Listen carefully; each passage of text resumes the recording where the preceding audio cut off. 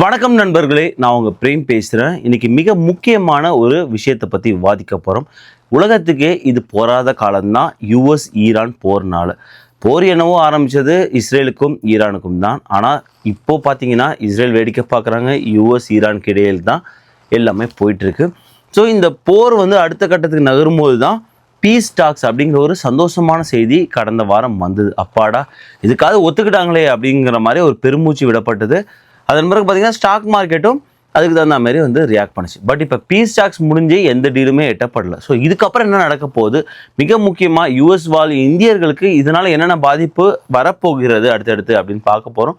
ரொம்ப இன்ட்ரெஸ்டிங்கான ஒரு வீடியோவாக இருக்க போது வாங்க வீடியோக்குள்ளே போகலாம். எப்பயுமே நான் என்னோட இன்வெஸ்ட்மெண்ட் போர்ட்ஃபோலியோவை எப்படி பிளான் பண்ணுவேன்னா, எல்லாத்தையும் தூக்கி ஸ்டாக்ஸில் போடாமல் லோ ஆர் மீடியம் ரிஸ்க் அசட்ஸுமே கொஞ்சம் வச்சுப்பேன். அப்படி பார்க்கும்போது ஏகான்ஸ் எனக்கு மிகப்பெரிய ஒரு ஹெல்ப்ஃபுல்லான ஒரு பிளாட்ஃபார்மாக நான் பார்க்குறேன்.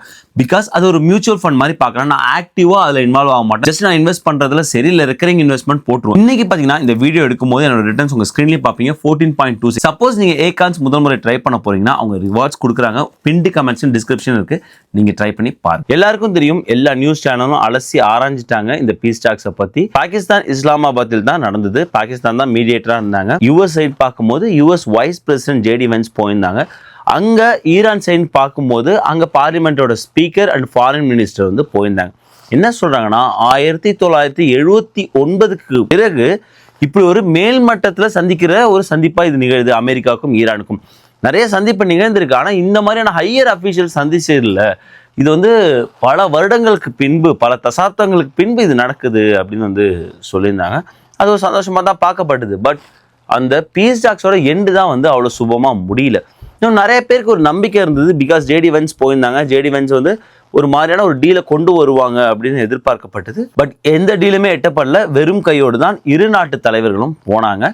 இன்னொரு விஷயம் என்ன சொல்றாங்கன்னா, ஹையர் அஃபிஷியல் டாக்ஸ் தான் அப்படி போயிடுச்சு. பட் இன்னும் கீழ்மட்டத்தில் டாக்ஸ் போயிட்டு தான் இருக்கு அப்படிங்கிற மாதிரியான செய்திகள் வருது. இப்போ ஏன் இந்த பீஸ் டாக்ஸ் தோல்வி அடைஞ்சது அப்படின்னு பார்த்தீங்கன்னா, ஆப்வியஸா நீங்கள் இந்த பக்கம் அமெரிக்காவை கேட்டிங்கன்னா அமெரிக்கா ஒரு காரணம் சொல்லுவாங்க. அந்த பக்கம் ஈரானை கேட்கும்போது ஈரான் ஒரு காரணம் சொல்றாங்க. அதே மாதிரி தான் நடந்திருக்கு. அமெரிக்கா என்ன சொல்றாங்கன்னா, ஈரான் நியூக்ளியர் ப்ரோக்ராமை விடாப்படியா பிடிச்சிட்டு இருக்காங்க. அந்த இடத்துல எந்த நெகோசியேட்டும் பண்ண மாட்டாங்க அப்படிங்கிற மாதிரி ஒரு குற்றச்சாட்டு விதிக்கிறாங்க. அந்த பக்கம் ஈரான் பார்க்கும்போது எங்களுக்கு இன்னும் அமெரிக்கா மேல் முழு நம்பிக்கை வரல. இன்னும் அமெரிக்கா தன்னோட மேல் அதிகாரத்தை தங்கள் மீது பயன்படுத்துறது தான் பார்க்குறாங்க தவிர ஈரான் மக்களோட அந்த ரைட்ஸை கொடுக்க மாட்டாங்க. ஸோ அதை உறுதிப்படுத்தணும் அப்படிங்கிற மாதிரி அந்த பக்கம் சொல்லியிருக்காங்க.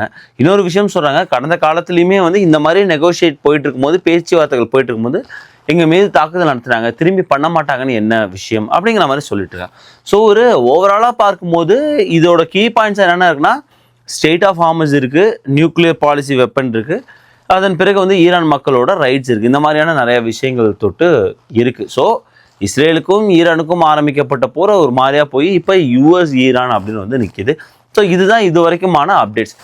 இதன் பிறகு பிரசிடென்ட் ட்ரம்ப் அவர்கள் என்ன சொல்லியிருக்காங்கன்னா, மண்டே இந்த வீடியோ நீங்கள் பார்க்கும்போது ஆல்மோஸ்ட் அது நடந்திருக்கும்னு நினைக்கிறேன். என்ன சொன்னாங்கன்னா, மண்டே 10 மணி ஈஸ்டர்ன் டைமுக்கு எங்களோட யுஎஸ் நேவி சுத்தமாக ஸ்டேட் ஆஃப் ஹார்மஸை பிளாக் பண்ணும் அப்படின்னு இருக்காங்க. இப்போ எல்லாருக்குமே ஒரு கேள்வி வரும், strait of Hormuz already block பண்ணி தானே இருக்காங்க.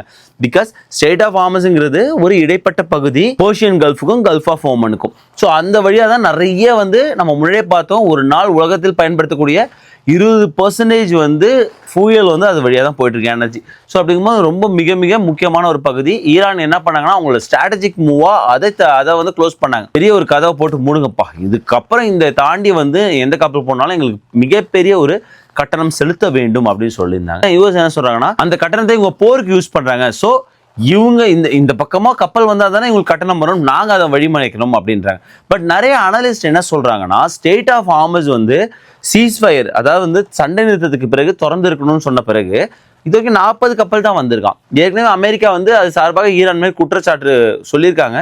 சீஸ்ஃபயரோட அக்ரிமெண்ட்ல என்ன சொல்லியிருக்காங்க, ஸ்டேட் ஆஃப் ஹார்மஸ் திறந்தே இருக்கணும், பட் ஸ்டில் நீங்கள் அலோவ் பண்ண மாட்டீங்க அப்படிங்கிற மாதிரி சொல்லியிருக்காங்க. வெறும் 40 கப்பல் தான் வந்திருக்கு.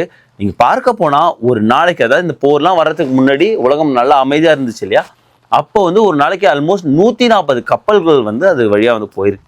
ஸோ இப்போ மொத்தமாகவே 40 கப்பல் தான் இது வரைக்கும். அப்படிங்கும்போது ரொம்பவே அந்த அளவு ரொம்ப சின்னதாக இருக்குது. ஸோ அதனால தான் நிறைய அனலிஸ்ட் சொல்கிறாங்க, நீங்கள் பிளாக் பண்ணாலும் அது மிகப்பெரிய ஒரு இம்பேக்டை ஈரானுக்கு இருக்காது. பட் ஈரான் சைடு என்ன சொல்கிறாங்கன்னா, கூடிய விரைவில் இப்போ நீங்கள் $4 அப்படிங்கிற மாதிரி கேலன் பார்க்குறீங்க இல்லையா பல ஸ்டேட்ஸில், கூடிய விரைவில் வந்து அது $5 மேலே போகும் அப்படின்னு சொல்லியிருக்காங்க. அது ஆப்வியஸாக நிதர்சன உண்மை தான். பிகாஸ் நீங்கள் வந்து வார் ரொம்ப ட்ராக் ஆயிடுச்சுன்னா பேரல் ப்ரைஸ், க்ரூட் ஆயிலோட பேரல் ப்ரைஸ் ஏறும். அது வந்து நம்மளோட கேஸ் ப்ரைஸில் இம்பாக்ட் ஆகும். அது எல்லாருக்குமே தெரிஞ்சது தான்.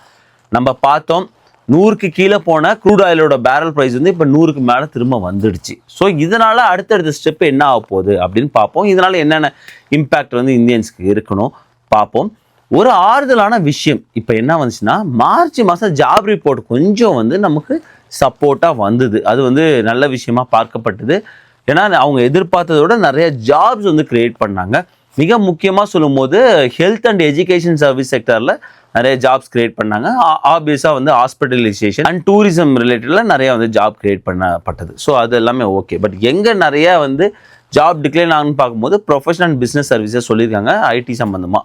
ஸோ அது ஓகே, அது வந்து ஒரு ஓரமாக வச்சிடும். பட் ஜாப் ரிப்போர்ட் வந்து நல்லபடியாக வந்தது, ஒரு சந்தோஷமான விஷயம்.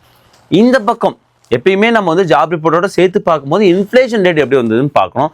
மார்ச் மாதம் இன்ஃப்ளேஷன் ரேட் பார்க்கும்போது சிபிஐ டேட்டா பார்க்கும்போது மோசமாக தான் வந்திருந்தது. அது எல்லாருக்கும் தெரியும். மிக முக்கியமானதுக்கு காரணம் எனர்ஜி ப்ரைஸ். ஸோ அந்த ஒரு விஷயத்தை தான் வந்து துருப்பு சீட்டாக ஈரான் வச்சுட்டு சொல்லிக்கிட்டு இருக்காங்க. அதே போல் தான் மார்ச் மாதமும் ஆனது. இன்ஃப்ளேஷன் ரேட் ரொம்பவே அதிகமானது. அதாவது 2.4% இருந்தது வந்து 3.3% இருந்தது. அது மிகப்பெரிய காம்பனண்ட்டாக ஆக்ட் ஆனது எனர்ஜி. ஸோ அந்த கேஸ் ப்ரைஸ் தான் மிகப்பெரிய ஒரு காம்பனண்ட்டாக ஆக்ட் ஆனது. அதனால தான் நீங்கள் சிபிஐ பார்க்கும்போது 4 காம்பனண்ட்ஸ் எடுத்துப்போம். ஃபுட்டு, எனர்ஜி, ஷெல்டர் அண்ட் சர்வீசஸ்னு. கோர் சிபிஐ பார்க்கும்போது அந்த ஃபுட் எனர்ஜியை தூக்கிடுவாங்க. பிகாஸ் ரொம்ப வால்டனாக இருக்கணும்னு. ஷெல்டர் அண்ட் சர்வீசஸ் மட்டும் பார்க்கும்போது கோர் சிபிஐ வந்து அந்த அளவுக்கு மோசமாக இல்லை. அதாவது சிபிஐ அளவுக்கு மோசமாக இல்லை. மெயினாக தெரியுது இந்த கேஸ் ப்ரைஸ்னால ஒரு மிகப்பெரிய அழுத்தம் இருக்குது. அது இங்கே இன்ஃப்ளேஷனில் தெரிய போகுதுன்னு. ஸோ இன்ஃப்ளேஷன் இப்படி அதிகமாக இருந்ததுன்னா அடுத்த எஃப்ஓஎம்சி மீட்டிங் ஏப்ரல் 27, 28 நடக்க போகுதுங்க. ஸோ அப்போ வந்து ஃபெட் வந்து இன்ட்ரெஸ்ட் ரேட் குறைக்க தயங்குவாங்க. பிகாஸ் இன்ஃப்ளேஷன் ரேட் அதிகமாக இருக்கும்போது அவங்க இன்ட்ரெஸ்ட் ரேட்டை குறைச்சாங்கன்னா இன்னும் அது வந்து இன்ஃப்ளேஷன் அதிகப்படுத்தும். ஸோ அதனால் அதை செய்ய மாட்டாங்க. ஸோ இப்படி வந்து இரு பக்கமும் மாட்டிக்கிட்டு முடிக்கிற மாதிரியான ஒரு சுச்சுவேஷன் அமைஞ்சிடுச்சு. ஸோ இது எல்லாமே வரணும்னா கேஸ் ப்ரைஸ் கம்மியாகணும். அந்த ஒரு பாயிண்ட்ல தான் நிற்குது. ஸோ இப்போ வந்து நான் எனக்குமே ஒரு நம்பிக்கை இருந்துச்சு. ஒரு மாதிரியா டாக் போயிட்டுருக்கேன். லாஸ்ட் வீடியோவில் சொல்லியிருந்தோம் கண்டிப்பாக வந்து குறைய வாய்ப்பு இருக்குன்னு.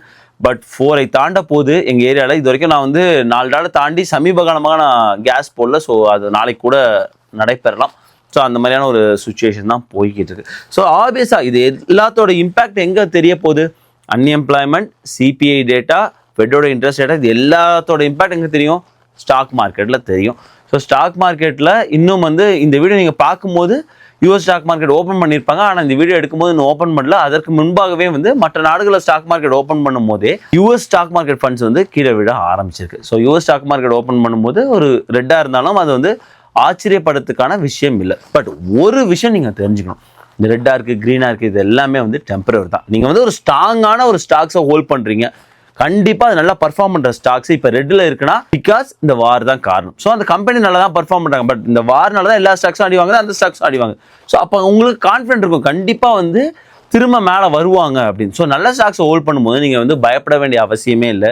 இடிஎஃப்ஸ் ஹோல்ட் பண்ணும்போதும் அதே தான், இண்டெக்ஸ் ஃபண்ட் ஹோல்ட் பண்ணும்போதும் அதே தான். ஸோ பயப்பட வேண்டிய அவசியமே இல்லை. கண்டிப்பாக வந்து திரும்ப அது வந்து மேலே வந்துடும். அண்ட் இது ஒரு ஆப்பர்ச்சுனிட்டியாக கூட நீங்கள் எடுத்துக்கலாம். It depends. ஏன்னா எல்லா இண்டெக்ஸும் கீழே இருக்குது. ஸோ இது ஒரு ஆப்பர்ச்சுனிட்டியாக கூட நீங்கள் எடுத்துக்கலாம். பட் நீங்கள் வந்து ஒர்க் அவுட் பண்ணிவிட்டு நீங்கள் அதை முடிவு பண்ணுங்கள். அண்ட் இதோட இம்பாக்ட் இந்தியர்களுக்கு இன்னொரு இடத்துல எங்கே தெரிய போகுதுன்னா ட்ராவல். ஏன்னா நேற்று என் ஃப்ரெண்டு சொல்லும் போது இப்போ எமிரேட்ஸ்லாம் வந்து சில ஃப்ளைட் போய்கிட்டு இருக்கு. ஆனால் என்ன பிரச்சனைனா வந்து இப்போ இந்த பீஸ் டாக்ஸ் ஒழுங்காக போகல. சீஸ் ஃபயர் முடிஞ்சிச்சுன்னா திரும்ப பாம்பு போட ஆரம்பிச்சிட்டாங்கன்னா எல்லாமே பழையபடி போயிடும். ஸோ எமிரேட்ஸ், எத்திஹாட், கத்தார், இந்த மிக முக்கியமான 3 ஏர்லைன் போகிறதுல திரும்ப பிரச்சனை வந்துடும். ஸோ இது எல்லாமே இந்த சீஸ் ஃபயர் முடியறதுக்குள்ள ஒரு பீஸ் டாக்ஸ் ஒரு அக்ரிமெண்ட்டுக்கு வந்தால் நல்லா இருக்கும். இல்லைனா மிகவும் ஒரு மோசமான நிலைக்கு தான் அடுத்தடுத்த கட்டத்துக்கு போகும்.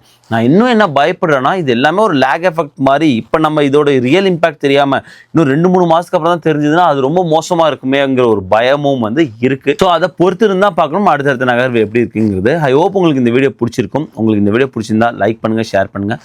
மறக்காமல் நம்ம சேனலை சப்ஸ்கிரைப் பண்ணுங்கள். நன்றி, வணக்கம்.